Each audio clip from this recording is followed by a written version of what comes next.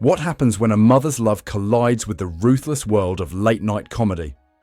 When Melania Trump's son, Barron, became the target of an insensitive joke, she didn't just shake her head and move on. She fought back, and what followed shook the media industry to its core. Before we dive deeper into this shocking story, comment below where you're watching from today. It was an ordinary night in the world of late-night television. Studio lights glared, the audience chuckled, and the host, famous for his biting political humor, moved from one punchline to another. But then, he crossed a line.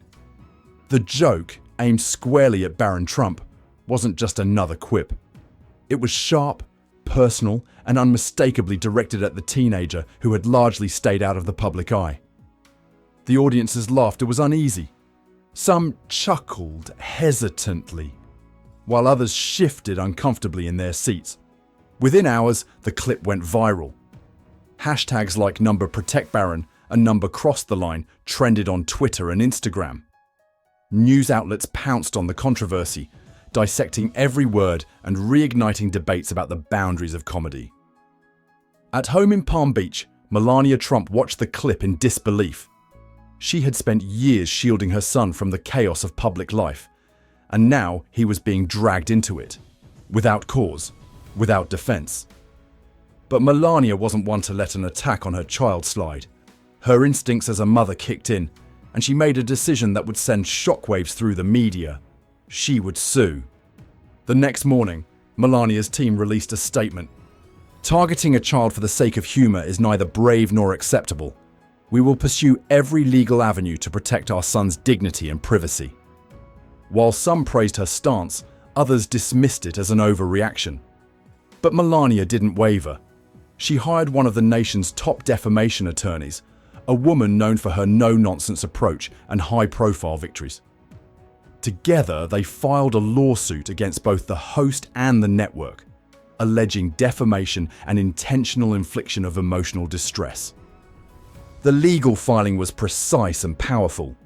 It argued that the comment had crossed the line from free speech to harassment, targeting a minor who had never sought the spotlight.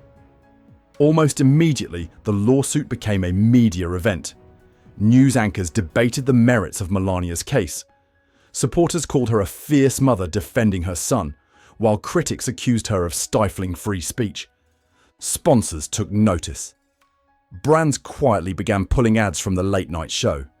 The host, once known for his unshakable confidence, appeared subdued in his next few broadcasts. Still, he refused to apologize, doubling down on his right to free speech and labeling the lawsuit an attack on comedy itself. But as the days passed, the story grew even larger, pulling in voices from every corner of the country. Parents flooded social media with messages of support. Protecting our kids should never be up for the debate. Meanwhile, comedians rallied around the host, warning that the lawsuit could set a dangerous precedent for creative expression. The conversation spilled from TV screens into coffee shops, classrooms, and dinner tables. It wasn't just about Barron anymore. It was about what society was willing to tolerate under the banner of entertainment. The trial itself became a spectacle. Paparazzi swarmed the courthouse steps, capturing images of Melania arriving in tailored elegance, flanked by her legal team. Across the aisle, the host entered with his attorneys, jaw set in determination. Inside the courtroom, tension crackled. The prosecution played the clip for the jury, the joke echoing in the silent chamber.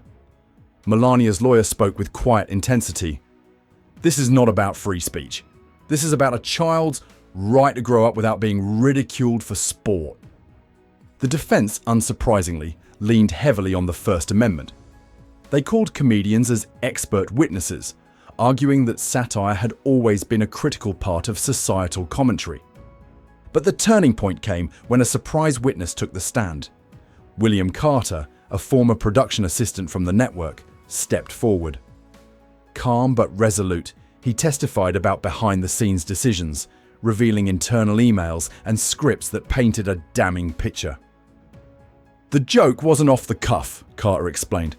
It was debated, written, and ultimately approved by executives, not for humor, but to provoke controversy and spike ratings. The courtroom gasped. On the screen, one email stood out. "It'll get people talking. Controversy sells."